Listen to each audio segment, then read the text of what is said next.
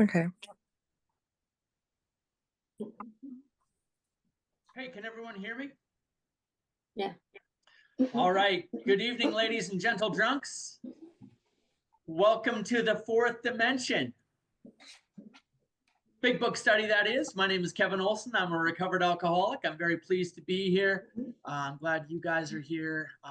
As I always like to say, I never feel more alive than when I'm sharing God's message of experience, strength, and hope through the program of Alcoholics Anonymous. And as written in the big book of Alcoholics Anonymous, and I'm very pleased to be here to share it with you guys tonight. And as we always do, guys, we'll begin with the set aside prayer.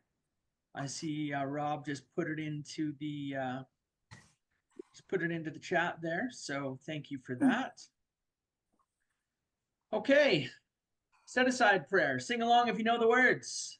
God, please help me to set aside everything I think I know about you, about me, about my fellow man, about the 12 steps, and please allow me to gain a fresh new vision, perspective, and understanding of what you, what me, what my fellow man, and the 12 steps are all about. Amen. Okay, and as this is the fourth dimension big book study, I always like to read the two parts of our book that refer to the fourth dimension. So first of all, on page 8, Bill Wilson writes that I was soon to be catapulted into what I like to call the fourth dimension of existence. I was to know happiness, peace, and usefulness in a way of life that is incredibly more wonderful as time passes. And then on page 25, Bill Wilson writes that we have found much of heaven and we have been rocketed into a fourth dimension of existence of which we had not even dreamed. All right. We're going to be catapulted. We're going to be rocketed. And for all who would, for the sake of custom and tradition of the fourth dimension big book study, everybody, please put one hand up like this. Everybody put another hand up like this. And everybody go, oh, yeah. I never get tired of that. Just look at those smiles. Look at those smiles. Look at those eyes light up. You know, we're going to be talking about steps 5, 6, 7, and I think we're going to cap it there for tonight. I don't think we're going to try to push too much into step 8. I think next week we'll get into steps 8 and 9. But, you know, we read last week in step 5. In fact, let's go back there. Let's go back to step 5 in our book, and we're going to read what are known as the step 5 promises. Okay, so we're in the chapter into action, which again, it's not called into thinking. Okay, it's not called into wishing. It's not called into wanting. Wanting things never made any difference in my life. Okay, it's into action. Action made difference in my life. Some of you will know, what do I consider to be the most important word in Alcoholics Anonymous? 2-letter word, starts with a D, the word D-O, do. I think that the word do is the most important word in all of Alcoholics Anonymous. It's the only thing that ever made any difference for me. AA didn't work for me when I wanted it, and AA didn't work for me certainly when I needed it. AA only worked for me when I do it. And my problem is not that I don't know things. My problem isn't even that I don't believe things. My problem in AA was always that I didn't do things, okay? This chapter is called Into Action, and it means we're going to do some things here in this chapter. And one of the things we do a step 5. We talked about that at length. We're going to review a little bit of that tonight as well. But in step 5, on page 75, Brad, my man Brad, thank you very much for being here, Brad. Thank you. Can you be a reader for tonight, Brad? I'd love to be the reader for tonight, Kevin. Thank you so much, brother. We're going to go to page 75. We pocket our pride and go to it. Okay, and why do we have to pocket our pride? Why do we pocket our pride? Because this is humbling stuff, man. It is not easy to go and tell someone all of my dark secrets and all of the stuff, all of the things that I swore I was going to take to the grave with me and I was never going to share another human being. We have to pocket our pride and go to it. We just dive in and just start getting into it. And here's the thing. This is the reason I wanted to mention this. There are a few steps where after an alcoholic has taken them, you can see a physical change occur in that individual. Okay. Bill Wilson, he wrote about Ebby Thatcher came to his house. What did he say? He said he was fresh skinned and glowing. There was something about his eyes. He was inexplicably different. Okay. And I think one of the steps where this really kicks off, you can almost tell the difference before and after. Before someone does a 5 and after they do a 5, there is a physical change that goes on with those individuals. There's a physical change that happens. There's a light that comes on. There's a little candle light that starts to flicker behind their eyes. And I just wanted to mention this because and really I don't want to embarrass him, but Ronan, I saw you on the call tonight and I saw that big giant smile when I started doing this. And I know you look at that. Look at that. You see that smile? That smile was not there 14 months ago, Ronan. Your life was a veil of tears, brother. And it is amazing. Look at that. Look at that. Look at those pearly whites. You look great, man. Anyway, that's why it came to mind. I just wanted to mention that as we're on step 5. Brad, let's read the step 5 promises and carry on from there. All right. Hey, everybody. I'm Brad Sillito. I'm an alcoholic. Hey, Brad. Page 75. We pocket our pride and go to it, illuminating every twist of character, every dark cranny of the past. Once we have taken this step, withholding nothing, we are delighted. We can look the world in the eye. We can be alone at perfect peace and ease. Our fears fall from us. We begin to feel the nearness of our Creator. We may have had certain spiritual beliefs, but now we begin to have a spiritual experience. The feeling that the drink problem has disappeared will often come strongly. We feel we are on the broad highway, walking hand in hand with the spirit of the universe. Beautiful. All right. And so, that wasn't, when I did my first step 5, that wasn't my immediate reaction. It's not like all that stuff just happened immediately. Okay. My grand sponsor Clancy says the purpose of AA is to do of the 12 steps, really. The purpose of the 12 steps is to do slowly what alcohol would always do quickly. Okay. And doing a step 5, I mean, it's not like taking 4 shots of vodka. Okay. That works quickly. All right. I think we all know that. And doing a step 5, even after I had done it, it took, a couple days, maybe a couple weeks before I gradually started to notice this evolving change going on inside of me, and I remember the feeling that of like I was, I could hear birds for the first time. I swear to goodness, I could hear birds for the first time, and I could see how blue the sky was for the first time, really. And why is that? It's because for the first time, I was in the present moment. In the present moment, I was no longer thinking about the wreckage of my past and resentments and living in the past. And I was no longer concerned about the wreckage of my future, living in fears. Okay. I was right here in the present moment. So for the first time, I could hear the birds. I could see, I could be present. And let me tell you something, guys. I have been taught, and I believe that the only place where I can experience the presence of God is in the present moment. That's why it's called the presence of God. I have to be in the present moment. Okay. And when my mind is lost in the past or terrified about the future, there is no way for me to experience the presence of God. That is part of why step 5 is so essential. Because when I remove my fear of the future and my resentment towards the past, for the first time, I can live just right here. Now, there was a time where living right here in this present moment was horrifying. Okay. I understand that. Okay. My mind was like an escape hatch. I just wanted to get out of the present moment. And I would live in a fantasy land because the worst thing in the world I could do is be right here. Our book says we learned we had to concede to our innermost selves that we were truly alcoholic. This is the first step in recovery. Man, I spent my whole life trying to stay away from the innermost self. I don't want to have anything to do with an innermost self, brothers and sisters, because that's where the screaming and the madness and the pain comes from, is the innermost self. I know you guys know what I mean. Okay.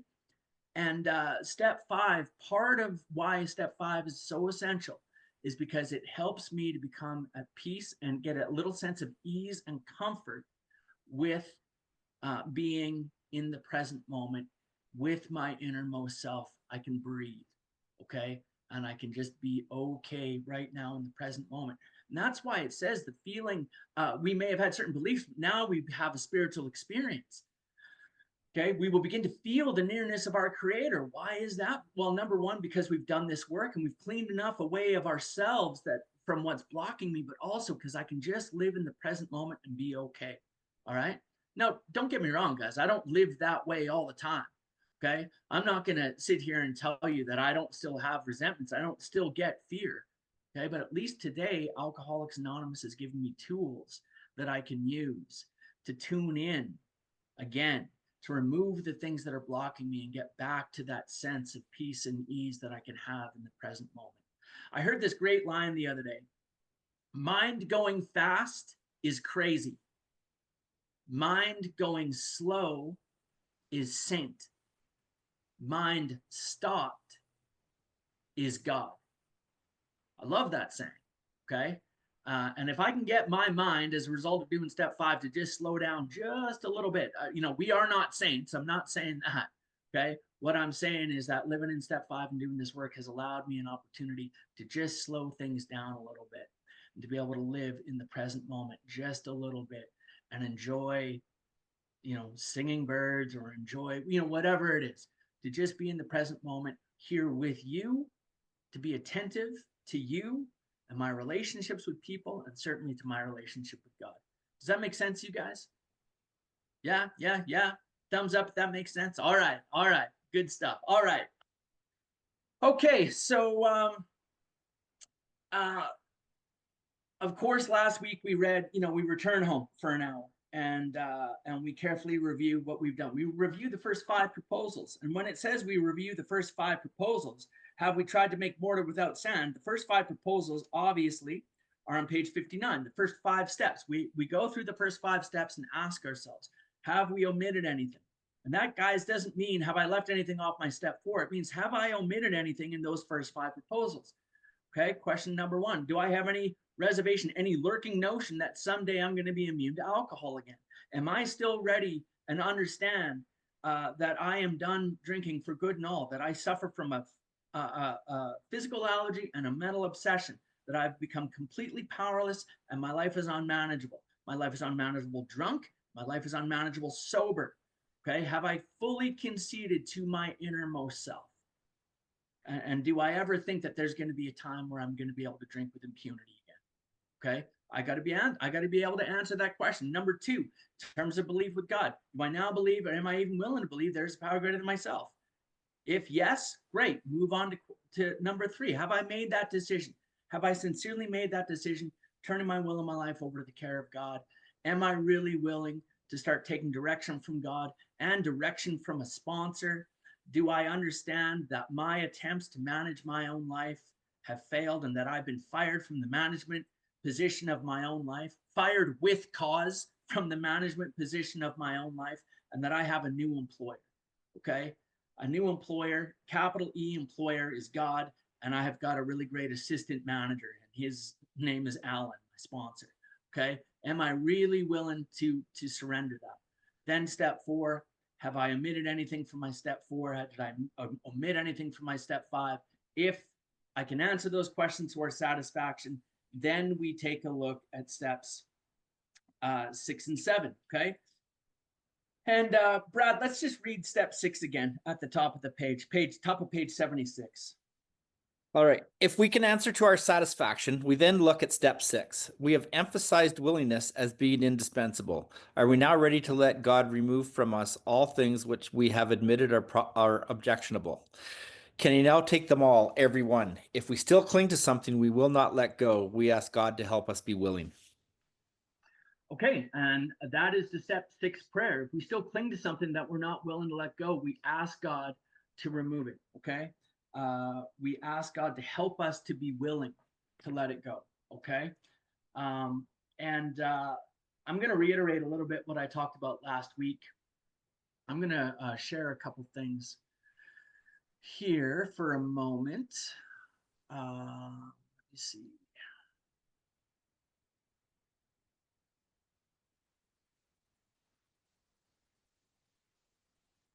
Okay, hang on.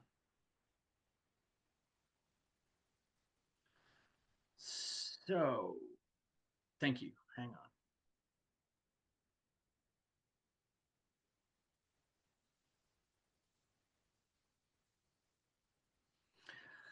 So first of all, I wanted to review this. So this is Clancy's fourth step. For anyone who doesn't know, I mean, there's a great kind of little bio there. So Clancy Imislund from Venice, California, is someone who is very near and dear to my heart. He's no longer with us. He died a couple years ago. He is functionally like my grand sponsor. My sponsor, Alan, was sponsored by Clancy for 22 years. And as it says here, he probably, worked with several hundreds, if not thousands, of alcoholics over the years, and has become a very prominent and well thought of and well respected person in Alcoholics Anonymous.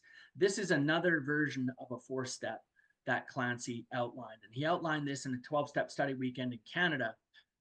This is a 4-step inventory that he sometimes uses. I'm not suggesting that this is what we do. What I am saying is that I have used this with other people, okay? And especially guys who've been sober for a while and have done the traditional 4-step, which is the thing to do. For anyone who's new, that is the thing to do. That first 4-step here. I just like some of these questions, and it also touches on steps 6 and 7. If you look at question number 5, what do you consider to be your defects of character as you see them? Okay. And, one of the things, guys, is I'll never forget doing my step 5 with Father Brian, Mount St. Francis. When I finished that 4th step and 5th step with him, we spent 6 hours that day together going through that. I was, ready to move on to step 6 and 7. He said, okay, Kevin, do you know what your defects of character are? And so, because I wanted him to think I was intelligent and that I was, because I was a people pleaser, I started to name off all of the things, the 72 things that I thought were wrong with me. And I threw in the 7 deadly sins just in case, I wanted to, get that in there. And because I figured he'd like that. He was a Catholic priest. And I'll never forget, thank God, he stopped me and he said, Kevin, you are, just stop. He said, just stop. You are, Kevin, he said, you're selfish and you're self-centered and you're filled with self-pity. And he said, and if you will, with God's help, focus and keep it that simple in your life, great things will happen to you and your life will change and you will stay sober if you keep it that simple. And isn't that what page 62 says? What does page 62 say? Selfishness and self-centeredness, this is the root of our troubles. It's the root. And everything else grows from that root. And what I would often try and do is try to manage all of these defects of character all at the same time. And I would go crazy trying to, I'm going to work on my anger and I'm going to work on my lust and I'm going to work on my perfectionism and I'm going to work on my people pleasing. I'm going to work on all these things. And it's like trying to hold all the ping pong balls under the water at the same time. It's an impossibility. It can't be done. And first of all, you'll catch, what my first problem was that I was trying to will this into existence on my own. I will work on my anger. Have you ever met anyone in AA? You're like, oh, I'm working on my anger this week. Oh, good. How's that going? None of your goddamn business how it's going. You're like, oh, okay, perfect. Okay. I'm really working hard on my perfectionism, but I don't think I'm ever going to get it right. Yeah, I understand. I get it. Why am I such a loser? I get it. Okay. I understand. And for me, there was something in that moment. As I like to say, Father Brian gave me one of the keys to the kingdom in that moment. And when he helped me to just keep it that simple. Kevin, you're selfish, you're self-centered, and you're filled with self-pity. And if you will invite God into your life on a daily basis to help remove those things from you, you will stay sober and your life will be very well. Okay. And there is no defect of character that anyone can give me that doesn't stem from selfishness and self-centeredness. All of them come from selfishness and self-centeredness. And we'll go through that in just a minute. So I'm just going to finish up with Clancy's fourth step here and share this with you again.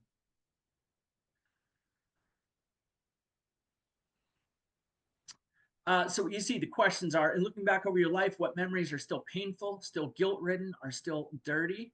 In what ways today do you feel inadequate as a person? Number 3, who do you resent and why? Be as specific and nasty as you can. Number 4, what do you conceive to be the ongoing or recurring problems in your human relationships? Question number 5, now this is related to defects of character. What do you consider to be your defects of character as you see them?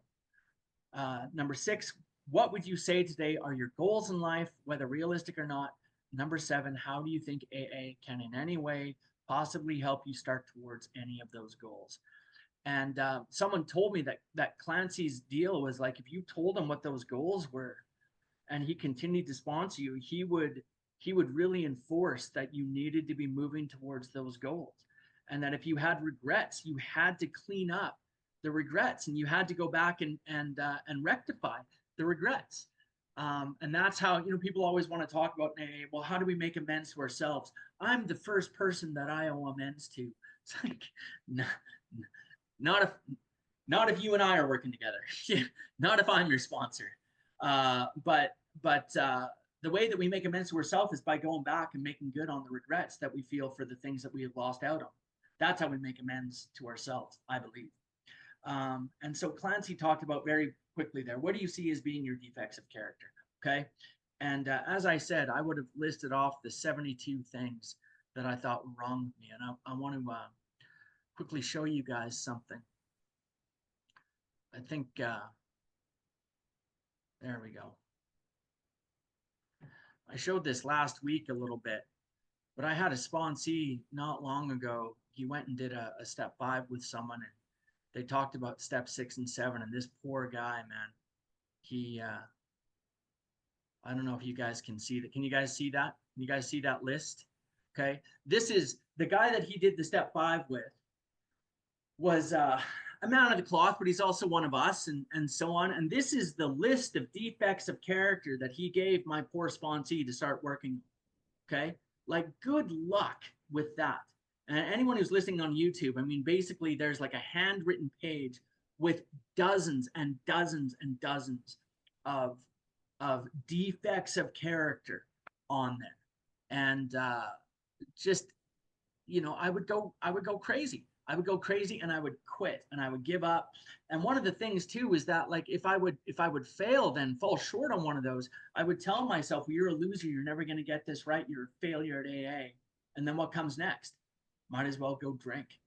Okay. I mean, and that's how, or just get twisted up and just hate AA and not feel a part of, not ever feel like I was making any headway in it. Okay. By looking at all those defects of character. I just want to acknowledge it now too. People often ask, what's the difference between defects of character in step 6 and then in step 7? We humbly ask God to remove our shortcomings, right? What's the difference between a defect of character and a shortcoming? Okay. There's no difference. It's the exact same thing. Okay. In my understanding, as I've been taught, and I believe it was a Grapevine article that Bill Wilson wrote, I think in the 70s, like 1972 or something like that. Bill Wilson confirmed that there was no difference. He was just a very verbose writer. He liked to, he wanted things to sound really good. He was a lawyer, so we got paid by the word, basically. Okay. Defects of character, shortcomings, same thing. Okay. Now, if your sponsor has taught you differently, your sponsor is right. Okay. What I've been taught, what I believe, what I think, because guys, I got to keep this simple. I really, really have to keep this simple. If I start getting confused about what's a defect and what's a shortcoming and what does it all mean, I'm gonna get crazy. I'm gonna get in a lot of trouble. Okay. Another thing that I think about step 6 and 7, they used to be referred to in AA as the forgotten steps. Anyone ever heard that? Anyone ever heard step 6 and 7? Those are the forgotten steps. I think that used to be the case. I think now, I don't know what it's like where you guys live, but where I live in Calgary, Alberta, step 6 and 7 have become, unfortunately, the steps that people are obsessed with. Okay? They're obsessed with step 6 and 7. And they'll spend weeks and months and years talking about steps 6 and 7. Now, I think it's gone the other direction. I think we're too far the other way. I don't think they should be the forgotten steps, but I also think that they are not steps that we need to be obsessed with. I think that there's a reason why there's just 2 paragraphs in our book. I think that step 6 is about awareness, understanding what my defects are, okay, and gaining a general sense of awareness about what my defects are. And step 7 is a prayer, brothers and sisters. Humbly asked God to remove our shortcomings. That's it.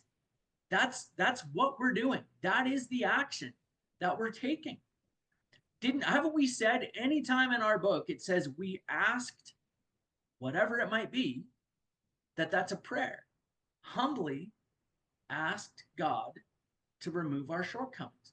Now we're going to come back to that word humbly in a minute. We're going to talk at length about what that word means and how much I misunderstood that word. Okay. But for right now, guys, I want to quickly talk about what the defects of character are. And I'm going to share with you guys what I do and how I live and the practice that I practice. And it's directly out of the big book, but this is something I've taught in this big book study for many, many, many years. And it was really kind of transformational for me when I began to understand these defects, understand what they are, become aware of them, which I think is really half, if more than half the battle for me, to be able to identify and know what the defects are, to be aware of them and aware of when I'm indulging in them, to be able to stop and pause, but then also to ask God to remove them. Okay. I also want to say right now, before I forget, my experience and my belief is very strong in what I'm about to say. I don't think that we conquer our defects of character and that God works in us to conquer our defects of character by working really hard on steps 6 and 7. I do not think that at all. I think that where I have made the most significant progress through God's grace in my life is really in the application of all of the other steps. Okay? Steps 4 and 5, yes. Steps 8 and 9, massively. Sitting with someone that I have harmed and making amends to them and giving them an opportunity to tell me how I harmed them and how my selfishness and self-centeredness caused harm in their lives will change my character. Okay? Step 10 and 11, very good in terms of being able to be aware of these defects.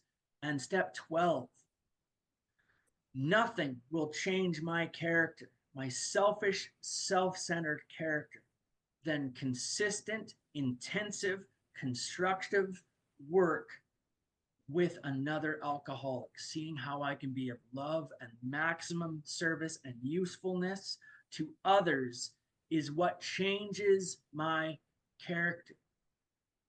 And guys, I believe that is what God is interested in with us. Changing our character. We have defects of character, and God is going to transform our character. And my experience is one of the most transformative things I can do in terms of changing my character is making amends to other people and going and being service to others. Maximum service and usefulness to others with no expectation of return at all. You know, Clancy used to say that when I'm looking at myself, when it's me looking at me, I will justify and rationalize my behavior through a web of delusions and emotions. And you don't understand, and this is why I am this way. But when I am sitting across the table from one of my sponsees and he is behaving in a certain way, and I can see his behavior, and it is absolutely atrocious. If I'm listening really and I'm mindful, I will see, oh my gosh, that's how I am. That's what self pity looks like. That's what dishonesty really looks like. And I'm not justifying it. I can see it clear as day because between him and I is nothing but air. There's just air between us. And I can hear it clear as a bell. And it will begin to change my character. And I think that we do the real work of really transforming and letting go of these defects of character in all of the other steps, not by drilling into steps 6 and 7. And yet, that's what I see a lot of people do in the area of the world where I live. I don't know what it's like where you guys are right now. Sponsors are like hard for like months on 6 and 7. My experience is that where I really transformed in those areas was in all the other steps. Okay. So with that said, guys, I want to share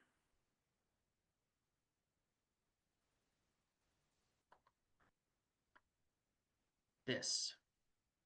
Okay, so we took a look at Clancy's 4-step inventory. And again, he talks about defects of character there. You may want to try this with one of your sponsees one day. It's known as the 7 questions in Southern California. That's what they refer to.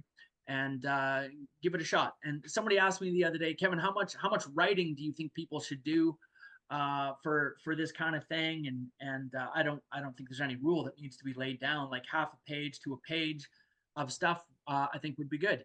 You guys will recall last week, and I'm sure Rob, put it in the group chat, but these are the step 5 questions that I was taught by both Scott Lee and Myers Raymer.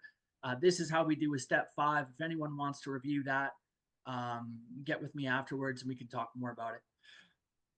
Okay, so I want to talk now about step 6 and 7 in particular, and how we change these defects. How do I change my character? Okay, what is my character? I mean, I didn't know what my character was. Okay, I didn't know who I really was. I had to, first of all, get an understanding of my character. And if you were to watch a movie and there was a character in that movie that was you, what would you say about that character? What would that character, how would you describe that character in that movie to someone else? Okay, would you say they were kind and loving and selfless and always willing to help each other and very responsible and respectful, or would you say no, they're kind of unreliable, they're kind of dishonest, and they manipulate people and whatever? For most of us, it's probably somewhere in the middle between those two things. But this is what we're looking at, guys. When we look at what is our character, what would you say about your character if you were in a movie? How would someone describe that character? Okay. So when we talk about defects of character, we're looking at the negative aspects of our character. And our book says selfishness, self-centeredness. This is the root. Okay. This is the root of our troubles. And all of the other defects of character will grow and sprout out of those 2 roots. I believe that. Okay. When we used to do this big book study in person years ago, we used to kind of play a game where people would throw out various different types of defects of character, and we would do like an analysis, reverse engineer back to selfishness and back to self-centeredness. Okay. I think it's important. You guys can see here on the screen. I think it's important to acknowledge, and it was important for me to understand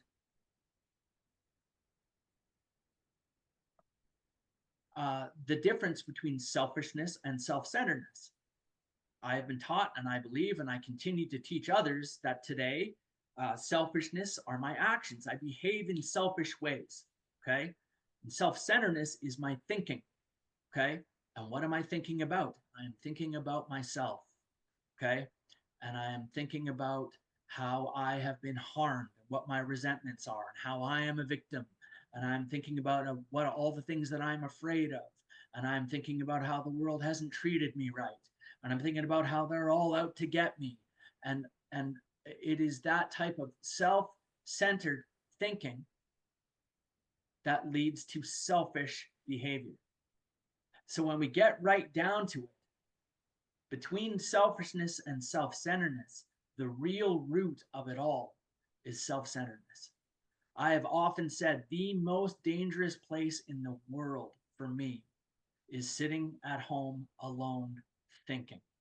Okay. People stay out of slippery places, stay out of bars, and, you know, stay out of those bad neighborhoods. Man, my head is a bad neighborhood. Okay. People talk about the 47 warning signs of relapse and I need to make a list of my triggers. Brothers and sisters, let me tell you, for me, consciousness is the trigger. Okay. My thinking is unmanageable. And that's one of the things I needed to understand about step one when it talked about unmanageability. We're not talking about the stolen cars and the lost jobs and the broken windows. I am talking about two things. I am talking about my emotions and I am talking about my thinking. And usually how my thinking impacts my emotions. Okay. And when I am self-centered, I am thinking only of myself. I am thinking sometimes good things about myself, and sometimes I am thinking terrible things about myself. But I am thinking, the point is, I am thinking only about myself. Okay. So, oh, hang on. I didn't mean to stop sharing that. I just wanted to minimize it again. Oh, there we go. That's why I pulled it down. Okay.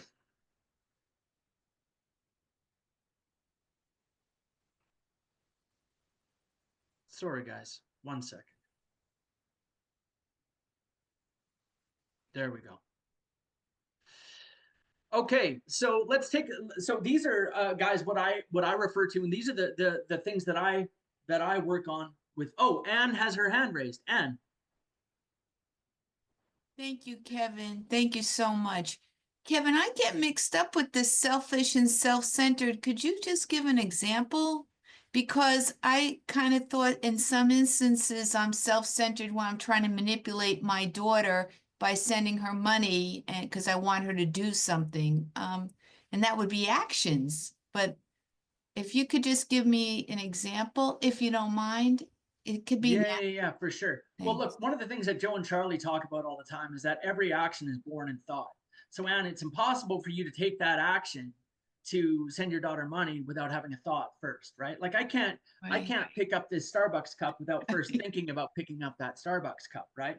So what you might want to take a look at and get down to is like, what is the thought? What is the thought that you're having about your daughter? Okay. And what are your motives? Now, guys, one of the things, we talk about motives. Okay. Why am I doing something? Okay. One of the things that was a real blessing for me to learn, one of my first sponsors taught me, is that rarely are my motives pure 100% one way or the other. Okay. So and I'm not going to say this is about you, but I'm going to tell you, I'm going to use an example of my mom when I was drinking and using, wanting to send me money. Okay. I'm going to tell you her motives in doing that were they pure, that she cared about me and she wanted to help me? Absolutely. Absolutely. But that was not the entire story. Part of it for her, and I know this because we've talked about it, was she wanted to get me well again because she was so concerned with what the family thought about me and what her coworkers thought about me and what the neighbors thought about me and how it was reflecting on her. Because as a mom, she felt that she was a failure. And maybe if she just sent me some money and got me help somehow, that somehow it would reflect better on her. And even if I'm not saying that was her primary motive, for most of the time, it was like 95%, she just wanted to help and get me some food and groceries or whatever it was. But it's important for me to acknowledge what my motives are and to get real 100% about what are all the different things that are influencing my desire or decision to go ahead and do something like that. Okay. So it may be, say it's a service position in AA. Say I want to be the chairman of my home group's business meeting. I'm going to be the chairman. Why? Well, obviously, my motives are simply that I want to be of love and devoted service to Alcoholics Anonymous. It couldn't have any other motives than that, could it? Well, I need to get honest and be like, yeah, but part of me likes the acclaim, and part of me likes, yes, I like to be. Bill Wilson says everyone likes to be thought of as someone in a society of his fellows. So I need to be honest about what those mixed motives are. Does that make sense, Anne? Okay. So look, guys, in terms of selfishness and self-centeredness, I believe, comes first. Okay. And I have these selfish, self-centered thoughts, and I live in Bill Wilson says that self-centered fear is the chief activator of our defects. Okay. I'm thinking about myself and I'm terrified of what's going to happen to me. Okay. And then I start to try to protect myself, and I step on the toes of my fellows and they retaliate. Okay. And I start making insane, crazy decisions and start living outside the will of God. Okay. Do you guys remember we talked about the big circle and the little circle? Okay. When I am living in fear, man, that little circle is all the way outside that big circle, man. I'm spinning around in self-will. But what does our book say, man? Selfish, the alcoholic is an extreme example of self-will run riot, though he usually doesn't think so. Okay. And I didn't think so. I thought I was fine. I thought I was just trying to get through in life. The reality was I was living in Kevin's sick, selfish, self-centered, fearful will, and just trying to get through life, and it was a disaster. Okay. So when we talk about selfish, self-centered, those are the chief activators.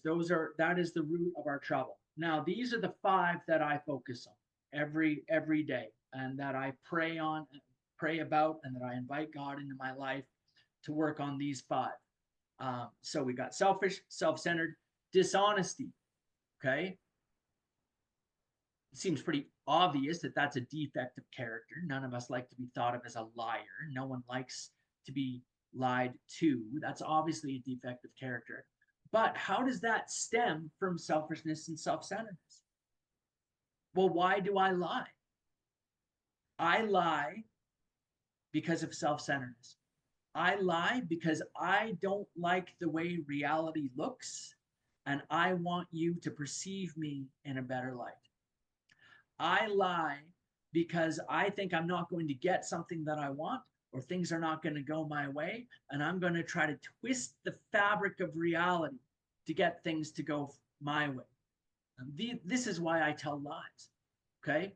Most of the time it's because I'm concerned I've done something I shouldn't have done, and I know I shouldn't have done it, and I'm going to try to lie to get out of trouble. Okay. All self-centered, which leads me to fear. We've talked about this before. What are the 4 primary fears? I'm afraid I've done something I shouldn't have done, and I'm going to get caught. I'm afraid I'm not going to get something that I want, or I'm afraid I'm going to lose something that I have. What's the common denominator in all those fears? Is me. I'm going to lose something that I want. I'm not going to get something that I want. On and on and on. Okay. This is self-centeredness in extreme.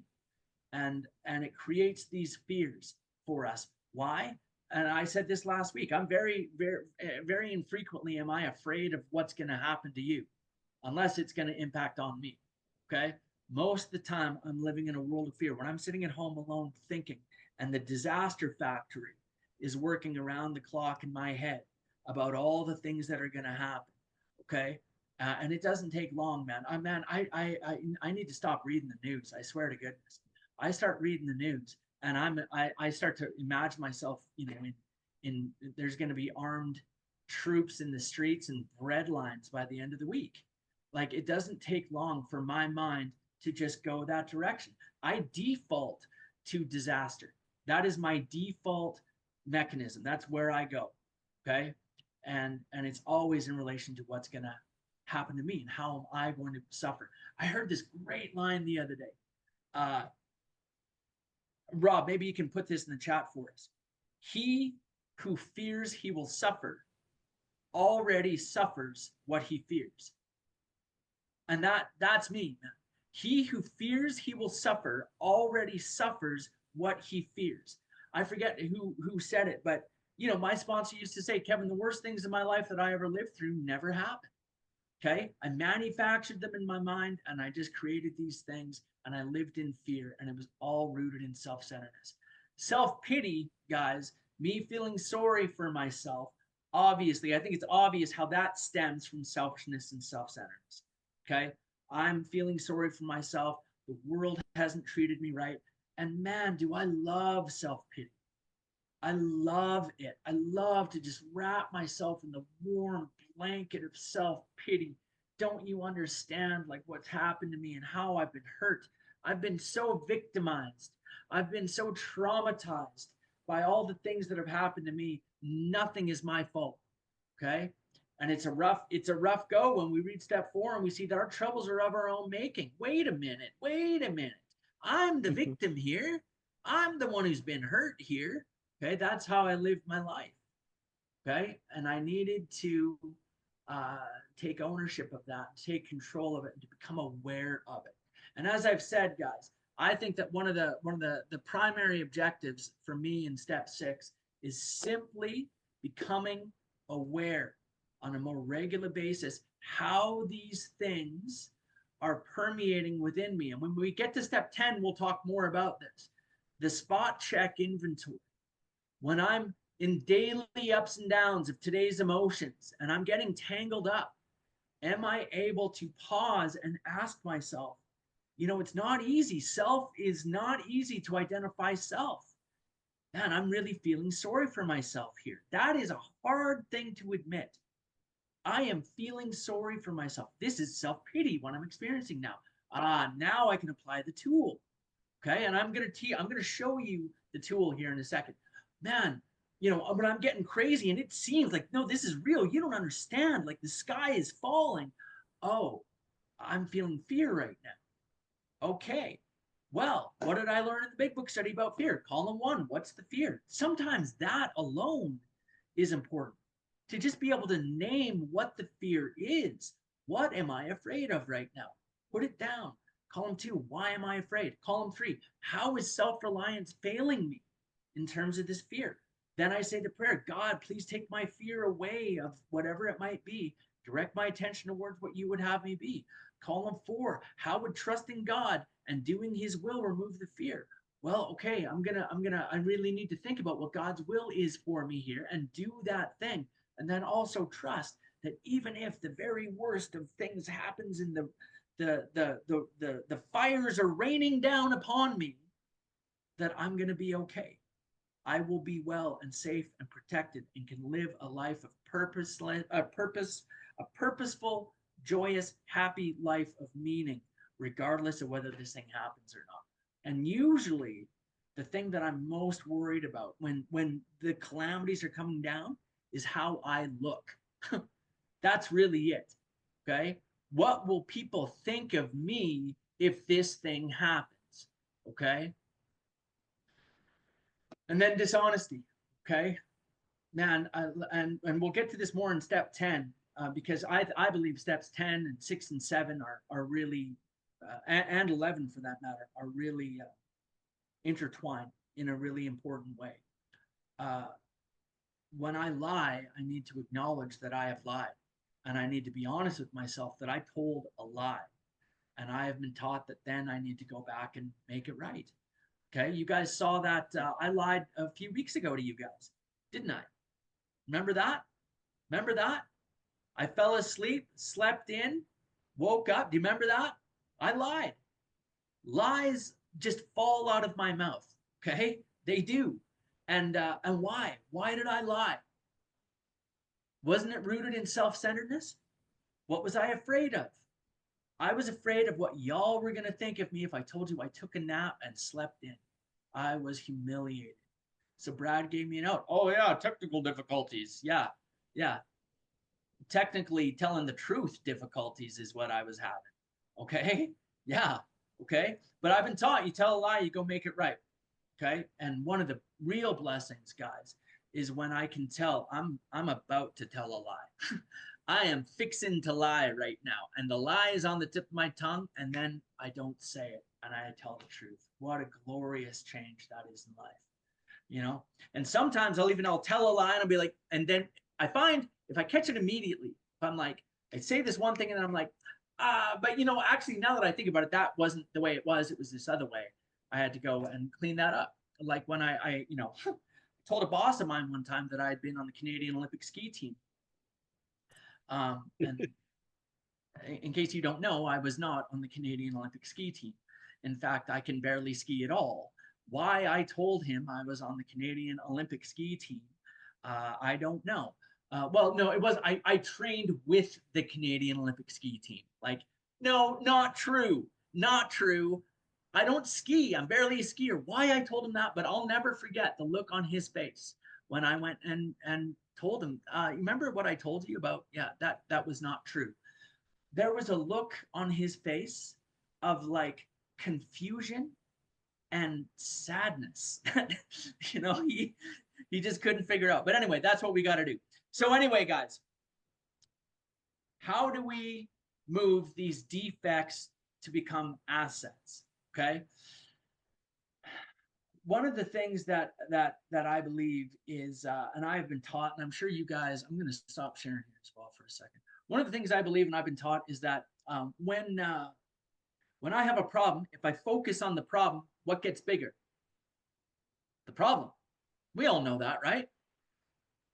Doesn't Emmett Fox, the great spiritual writer, teach us in the Golden Key, if I will stop thinking about the problem and instead only think about God, or think about the solution to that problem and focus on that solution, maybe that solution starts to grow. Okay. And what I'm going to, it didn't occur to me for a long time where I got this idea that I'm going to share with you guys right now. It occurs to me, it's in the step 11 prayer, the St. Francis of Assisi prayer. Okay. That where there is dark, may I bring light. That where there is dishonesty, may I bring truth. Where there is discord, may I bring harmony. Okay. And St. Francis, what he's really telling us, I believe, in that prayer is to, you know, don't focus on the problem, focus on the solution. Okay. And guys, for me, it has become the same with step 6 and 7. And I want to show you what I mean right now. Okay. I'm going to take you guys through this, and then we're going to read the step 7 prayer together.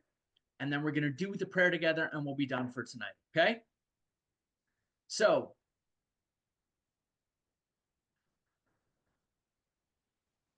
a while ago, I started thinking about how do we turn these defects to assets, or rather, what would be, rather than thinking of each of these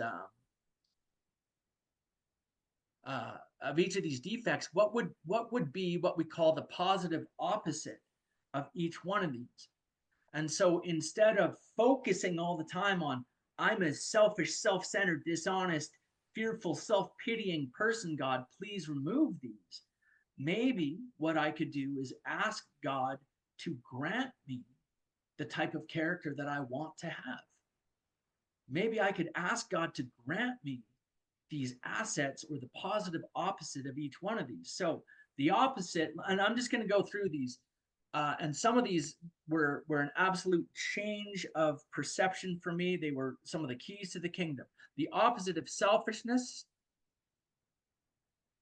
selflessness. Okay? That makes sense, you guys? The opposite of selfishness, selfless. God, please help me to be selfless today. Not think about myself, but think about others. Let's take another couple of easy ones. Dishonesty. What's the opposite of dishonesty? Easy, right? Honesty. God, today, please help me to be honest, God. I know that you are absolute truth, God. Please help me to be honest today, God. Not beating myself up. I'm a liar, God. I'm a dishonest person, God. Please remove that from me. God, give me honesty. You are absolute truth, God.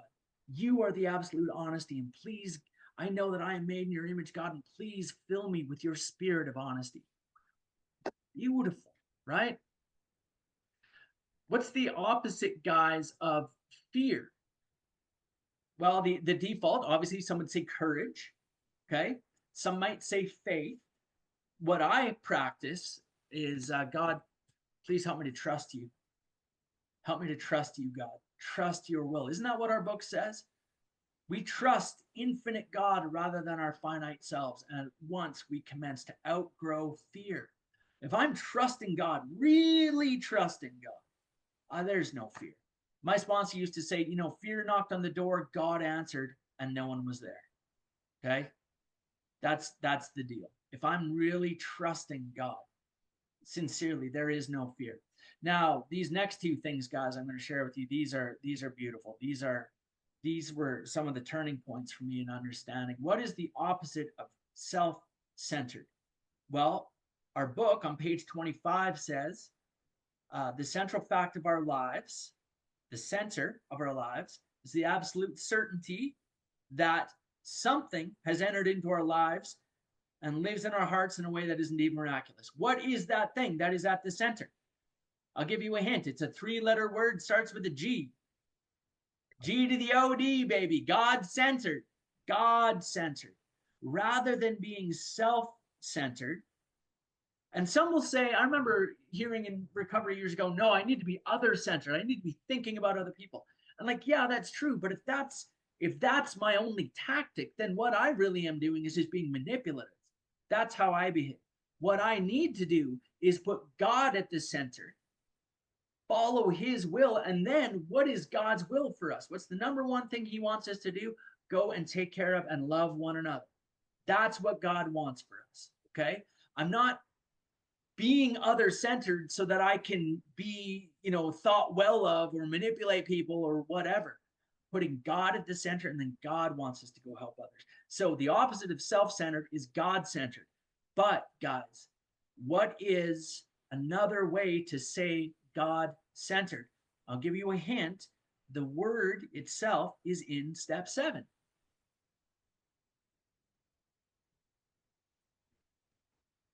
Humble. Humble. And that's why we say humbly asked God to remove our shortcomings, because I have now put God as the central fact of my life. Okay? God, you are at the center, and I'm here to do your will. I am no longer living in self-will. I'm no longer living in selfishness and self-centeredness. I am not thinking about myself anymore, God. I'm thinking about you and what your will is for me and how I can be of love and service to your children. That is living a humble life. Guys, I used to think that humility meant I needed to humble myself before other people. Okay? And I used to sit in AA meetings and try to look humble. Okay?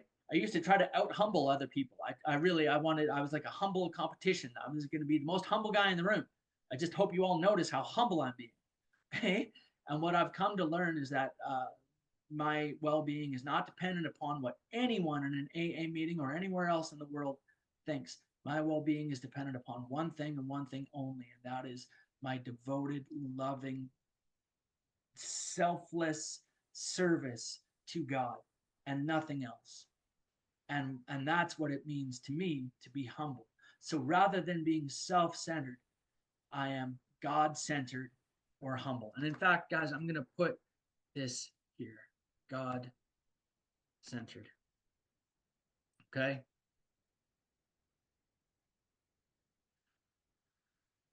Okay, lastly, I know you're all on the edge of your seat dying to know what is the opposite of self-pity. And guys, this was one of the keys to the kingdom for me. The absolute antidote to self-pity. The absolute weapon against self-pity.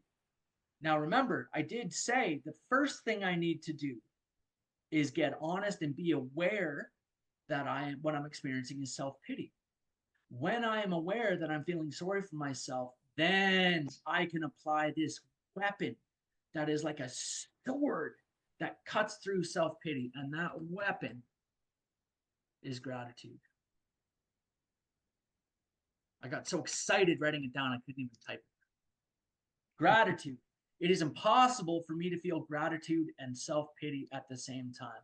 And I want you guys to know that I live this way of life, man. For many, many months now, every night, I have been practicing again, making a gratitude list. I thought, oh yeah, that kind of thing is cute for newcomers. Like, I'm 16 years sober. I don't need to make gratitude lists anymore. Baloney. Baloney. I need to make lots of gratitude lists. Okay. Because self-pity, man, our book says resentment is the #1 offender. I promise you, self-pity is a close runner-up for me. Okay. If I ever get into terrible enough thinking, I will commit suicide behind self-pity. Okay, that's what it looks like for me. I'm not going to commit suicide behind resentment. Okay, because resentment, man, that's active. I got something to do. Okay, self-pity, just sitting at home alone, thinking what a failure I am, how terrible I am, how the world, on and on and on. That's the stakes here, guys. Okay, so what I'm saying, guys, is that every night, every morning, rather than say, God, please remove my selfishness, self-centeredness, dishonesty, fear, and self-pity, what I say is, God, please today grant that I may be honest and humble and grateful and selfless and trusting of your will for me. That's how I say it every morning. God, grant today that I may be honest, humble, grateful, and selfless, and trusting of your will for me. And that is how I practice steps 6 and 7 in my life. And I'm glad to share that with you tonight. So as promised, guys, we'll finish up here in just a couple minutes. Brad, read us through step 7. I'm going to say a couple things about the step 7 prayer. Then we will say it together. I will get down on my knees. The original manuscript. So you guys know the original manuscript of AA that we read at Primary Purpose Group every week, for anyone who's been there, used to say humbly on our knees, ask God to remove our shortcomings, holding nothing back, is the original manuscript. And I love that, man. That's one of the things I wish was still in there. So I pray, when I pray this prayer, I'm going to pray on my knees, and I hope that you guys will join me. Brad, read us through step 7, please. When ready, we say something like this: My Creator, I am now willing that you should have all of me, good and bad. I pray that you now remove from me every single defective character which stands in the way of my usefulness to you and my fellows. Grant me strength as I go out from here to do your bidding. Amen. We have then completed step 7. That's pretty clear. We have then completed step 7. We're done. Okay? For this moment. Right now. And right now is an entirely new opportunity to work step 7 again. Okay? But we have completed it for that moment. A couple things I want to point out. It says, take all of me, good and bad. Now, why? Why would I not just give God the bad? Why would I not keep the good and give him the bad? Because it's about total surrender. Because I do not know what is good and I do not know what is bad. I do not know what makes me happy. I do not know what is good for me. I give everything. I surrender everything to God. Okay? And he will polish it up and he will transform it and give it back to me. Does that make sense, guys? As he sees fit, with his grace and his mercy, he will give me what I need. Okay? The last thing I want to say about this prayer is that, once again, AA is not a something for nothing deal. In the step 3 prayer, we saw, take away my difficulties. Why? So that victory over them will bear witness to those that I will help. God, you do this for me, I go to work for you. Okay? We see that again here. Okay? I'm now willing, you should have all of me, good and bad. Please remove every single defective character that stands in the way of my usefulness. God, you take these away, I go to work for you. Okay? Same thing. Grant me strength as I go out from here to do what? Live on Kevin's self-will? No. To do your bidding.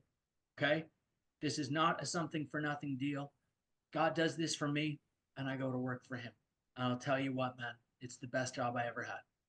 This is the best job I ever had. Okay, so with that said, guys, let's say the step 7 prayer together, and then we'll be done for tonight. We'll close with the Lord's Prayer after we say the step 7 prayer. All right, Brad, will you read it for us again? Yes. My Creator, I am now willing that you should have all of me, good and bad. I pray that you now remove from me remove from every me single every defect single of defect character which stands in the way of my usefulness to you and my fellows. Fellows, Grant me strength as I go out from here to do your bidding. Amen. Amen. All right. We have now completed step 7. Congratulations, everyone. Give yourself a round of applause. We have now completed step 7. Good job, everybody. Good job. Okay, guys, so we're going to close with the Lord's Prayer, and then don't run away, because we always love to just go around the room. Everyone say hello and give us a quick hello and let us know where you're from, because we've got people from all over the world here tonight, and it's always a joy. Our Father, Father, who art in heaven, Amen. would be thy name. Name, Thy kingdom come, thy will be on earth as it is in heaven. heaven. Give us this day our Take daily our bread. day. Forgive us Forgive our us trespasses, so As we forgive those who trespasses trespass against us. lead us to our Into temptation, temptation. evil. for thine is the kingdom, The power the power, and glory, glory, forever and ever. Amen. The power and the glory for all. Amen.